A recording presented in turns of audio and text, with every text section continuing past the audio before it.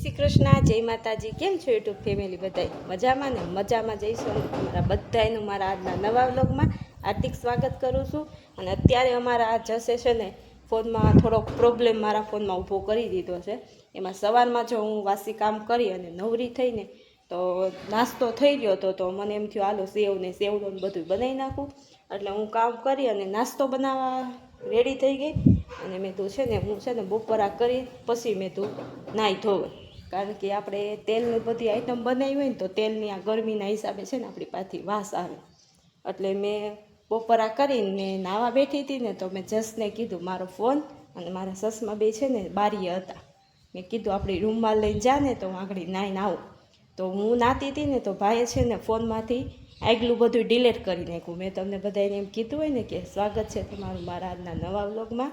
અને આ સમય થઈ ગયો છે અને આજે આપણે આખો દિવસ આ કામ કરવાનું છે અને આ કામથી સ્ટાર્ટ કર્યું છે એવું બધું મારે કહેવાનું હોય. અને મમ્મીએ સવારમાં મસ્ત દાંત કઢાવવાની વાત કરી હતી, પણ જશે છે ને કટિંગ કરી નાખ્યું છે. એટલે એટલો ફકરો વહી ગયો છે. અને બાને આપણે કહેવું કે એ દાંત કઢાવવાની વાત પાછા આપણને કાલે શેર કરશે, એટલે આપણે કાલના બ્લોગમાં પાછું ચડાવશું. એટલે ત્યારે હું એડિટિંગ કરવા બેઠી ને તઈ મને દેખાણું કે આમાં જશે છે ને ભાઈ આગળનું બધું રેડી કરી નાખ્યું છે. એટલે અત્યારે મારે જો ફરીથી પાછું એટલું વેલકમવાળું છે ને એડિટિંગ કરવું હતું ને એટલે પાછું સ્ટાર્ટ કરવું પડ્યું.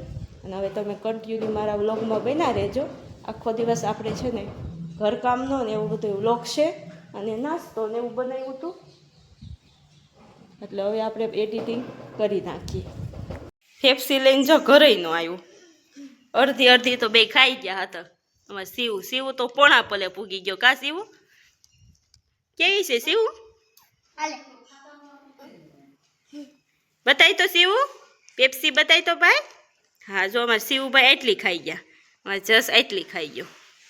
સીવું તો આવીને આ બેહી જ ગયો. કા સીવું આવે છે? અમારે સીવું આવે છે ને જો આ ફેફસી આમ જો હાથે તોડી લીધી. બતાય બેટું જો એટલો ખૂણો તે તોડી દીધી. નકર તો એ હાથે ગામ ઊંદેડાને કરે કુરકુર જો ખેંચે જો કાગળ જો ખેંચતો એલા.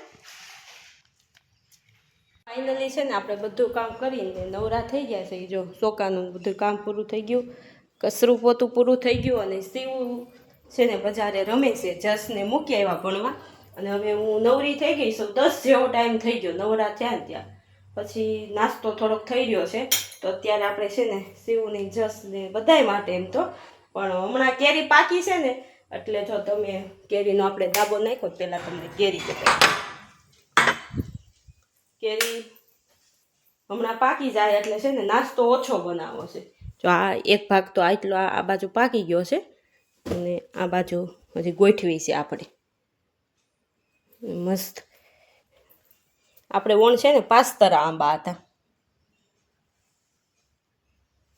અહીંયા બધી લગણ આખી પલંગ છે ને કેરીની ભરી દીધી છે. આ અમુક અમુક પેળી થવા માંડી. આ બધું હજી કાચી લીલી છે એટલે આમાં હજી વાર લાગશે.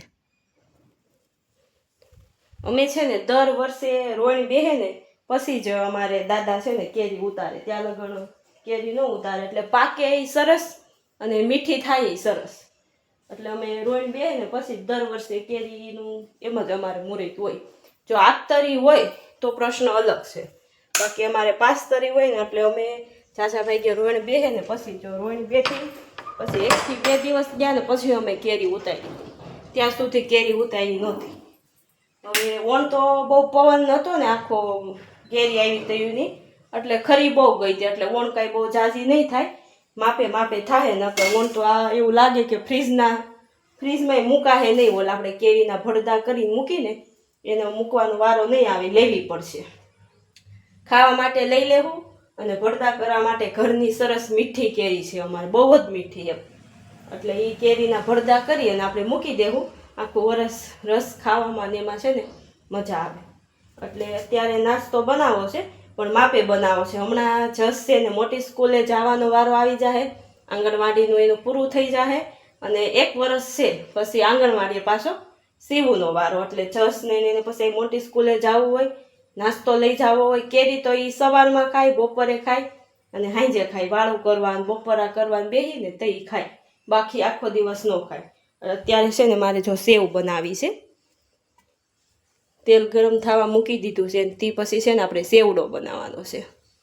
સેવ છે ને અમારે જસ ખાય, અને સેવડોનો આખો ડબરો સીવું લઈને બેસી જાય. બે ભાઈનું અલગ અલગ છે. અને જસ કે મમ્મી સિંગ ભજીયા બનાવી દઈ છે, પણ સિંગ ભજીયા આપણે બનાવવા નથી, પછી બનાવીશું. કેરી થોડીક હળવી પડે ને પછી. તો આ બધું ડબરા લઈને બેસે ને તો કોઈ કેરી નથી ખાતું એવું છે. એટલે હજી આપણે સેવ ઝાંસી બનાવી છે, હજી આટલો લોટ ચાલ્યો છે, હજી આટલો લોટ થોડોક ચાળી નાખવો, એટલે હમણાં થોડાક દિવસ છે ને આપણે ઉપાદી નહીં. મમ્મી શિવને બજારે રમાડે ને ત્યાં હું અહીંયા કામ બધું પૂરું કરી દઉં. તો જો આપણે છે ને સેવ બનાવીને તૈયાર કરી લીધી છે, ટોપ ભરી દીધો છે, અને હવે આપણે આ સેલો ઘાણો રહ્યો છે.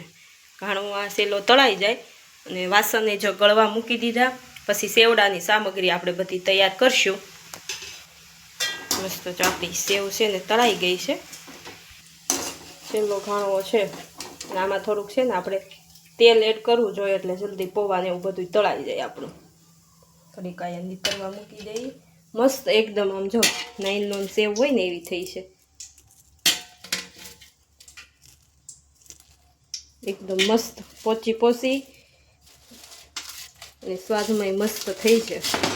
આખું ટોપ ભરી દીધું છે, અને સેવડાનો આપણે આખો ડબરો ભરીને દાણા ને બધું નાખીને, આ ભૂંગળી છે, આમાં વાટકા છે, ને આમાં ઝીણી ભૂંગળી છે. હવે તેલ ગરમ થઈ જાય ને પાછું થોડુંક એડ કરીને પછી આનો વારો છે બધું તળવાનો. ફાઇનલી વાગી ગયા છે બપોરના 12 વાગી ગયા, અને આપણો સેવડો જો બની અને તૈયાર કરી દીધો છે, અને આખું પ્લેટફોર્મ આમ જો વિખેર પડ્યું છે બધું. 12 વાગી ગયા છે, અને સેવડો ને એવું બધું ભરીને, અને હજી તો રોટલી બનાવવાની બાકી છે બપોરની. વાડીવાળા જે વાડીએથી આવ્યા નથી, ટ્રેક્ટરવાળા ટ્રેક્ટર લઈને આવ્યા નથી, આવશે બધા હારે, અને જશે હજી આંગણવાડીએથી આવ્યો નથી. ફીટ 12 થઈ ગયા છે, 1 મિનિટે આમ તેમ નથી. એટલે સેવડો આપણે ભરીને ઠેકાણે કરી દઈએ, અને જલ્દી રોટલી બનાવી નાખી. ત્યાં તો બધા બપોરા કરવાવાળા હાજર થઈ જ જવાના છે. સમય છે ને 4 વાગી ગયા, 4 થઈ ગયા, અને બપોરે છે ને 2 વાગે નાહી ધોઈને ફ્રેશ થઈને નવરા થયા હતા. કારણ કે જો નાસ્તો બનાવતી હતી, નવરું થઈ ગયું હતું. પછી જસના આંગણવાડીએ છે ને એનો મેડમનો ફોન આવ્યો હતો, તો આંગણવાડીએ ગઈ હતી, એ કેવાયસી કરવાનું હતું. બાલ શક્તિના પડીકા મળે ને, એટલે 12:30 તો ન્યા થઈ ગયા. આવીને પછી ખાધું પીધું બધું ઠેકાણે કર્યું, અંજેરો પાણી કર્યું ને ત્યારે એટલે 4 વાગી ગયા. 4 વાગી ગયા, બધાય શિવ જસ ને બધાય હોતા હતા, દાદા ને બા. એટલા ઢોરે આમ જો મારી રાહ જોવે. અમારે ઓલી પાડીને છે ને, જો ઓલી બાજુ વાસળીની ઓલી બાજુ, એને અમારે હક ન થાય, કયું ની બોલાવતી હતી. ગાયે કયું ની રાહ જોવે. 4 વાગી ગયા છે, સમય છે ને 3 વાગે નીર નાખવાનો હોય. 3 વાગે આપણે છે ને પાય અને નીર નાખી દઈએ, એની બદલે ફીટ 4 વાગી ગયા છે. અને ઉઠીને સીધી માથું ઓળીને કે કાંઈ ફ્રેશ થયા વગરની છે ને અહીંયા આવી ગઈ. જો આ બધા રાહ જોવે છે, એટલે હવે પહેલાં આપણે એને નીણ પૂરો કરી દઈએ, પછી આગળનું કામ બધું કરશું. પવન જોઈ ગયા હોય ને તો આસકાનો પવન. જો અમારા તુલસીમાં છે ને એને એટલો પવન લાગે છે ને અહીંયા, કે આમ જો ત્રાહા થઈ જાય. હવે અહીંયા છે ને અમે લીંબુડી વાવી છે, અને આ ઝાડવું છે ને એસિડિટી થાય ને, એટલે આને પાન છે ને સાવી લ્યો ને, એટલે એસિડિટી તમને ન થાય. આખું છોડ જ છે, નાનું એવું હતું ને તો એ છે ને મમ્મીએ વાવ્યું તો આવડું મોટું થઈ ગયું. અને હમણાં તો જો છે ને પાણી બહુ પીવે છે ને, તો તુલસીમાંના રોપે બહુ ઉગ્યા છે. આ છે ને રીંગણીનો રોપ છે આ બધું. પણ એવું લાગે છે કે આ વાતાવરણનું વાદળ સાયું થાય છે ને, એટલે આમ જો બળવા માંડ્યું, આવું થવા માંડ્યું છે. અહીંયા છે ને ફુદીનો વાવ્યો તો, ને અહીંયા ફુદીનો વાવ્યો તો. આ અમારે શીવું છે ને ઉપાડીને જો આ મેદાન છે ને ચોખ્ખું કરી નાખ્યું, અને અહીંયા છે ને રહ્યું છે. એટલે આટલો છે, પણ એ ચોમાસું આવશે ને એટલે આટલામાં છે ને એ જો આ બધા એમ થઈ જાય. અને આ છે ને આપણે આ કૃષ્ણવેલ છે, આમાં મસ્ત છે ને સરબતિયા લીંબુ આવે. હજી તો નાની એવી છે.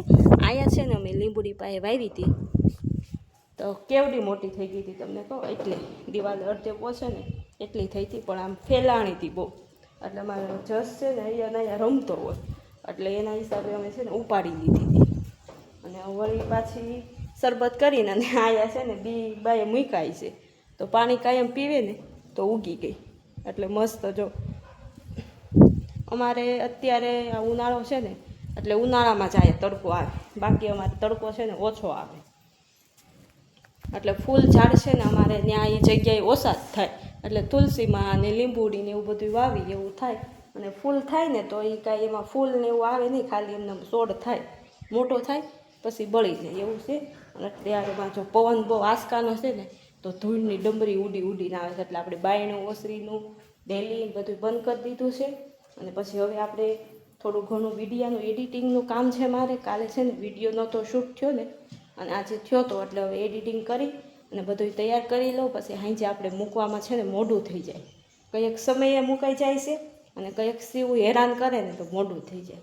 એટલે હવે આપણી આગલી મુલાકાત છે ને આવતીકાલે થશે. ત્યાં લગન મારા વિડીયાને લાઈક કરજો, શેર કરજો અને સબસ્ક્રાઈબ કરજો. જય શ્રી કૃષ્ણ, આવજો.